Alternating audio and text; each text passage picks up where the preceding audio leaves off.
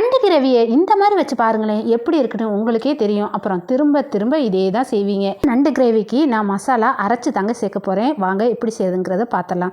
இதுக்கு 1 table spoon மல்லி, 1/2 spoon மிளகு, ஜீரகம், 1/4 டீஸ்பூன் சோம்பு, அடுத்ததாக ஒரு சின்ன பீஸ் பட்டை, கிராம்பு, ஏலக்காய், கடைசியாக காரத்துக்காக வரமிளகாய். இது எல்லாமே நல்ல ட்ரை ரோஸ்ட்டாக வறுக்கணும், கருக விட்டுறாம. உங்கள் ஊரில் நண்டோட விலை அதிகமாக இருக்குங்க. உங்கள் ஊரில் எப்படிங்கிறத கமெண்ட்ஸில் சொல்லுங்கள். இப்போ பார்த்தீங்கன்னா நம்ம நண்டை தாளிச்சிடலாம். அகலமான பேனில் கொஞ்சமாக ஆயில் சேர்த்துட்டு இடித்த இஞ்சி பூண்டை ஃபஸ்ட்டு எண்ணெயில் நல்லா வதக்கிட்டு, அடுத்ததாக 2 பெரிய வெங்காயம், 2 தக்காளி சேர்த்து இதையும் நல்லா வதக்கிக்கலாம். வெங்காயம் தக்காளி பழம் நல்லா வதங்கினதுக்கப்புறம் கருவேப்பிலை. இப்போ பாருங்கள் வெங்காயம் நல்லா வதங்கிடுச்சு. இப்போ 1/4 டீஸ்பூன் மஞ்சத்தூள், 1/2 ஸ்பூன் இஞ்சி பூண்டு விழுது, 1 ஸ்பூன் மிளகாய்த்தூள்.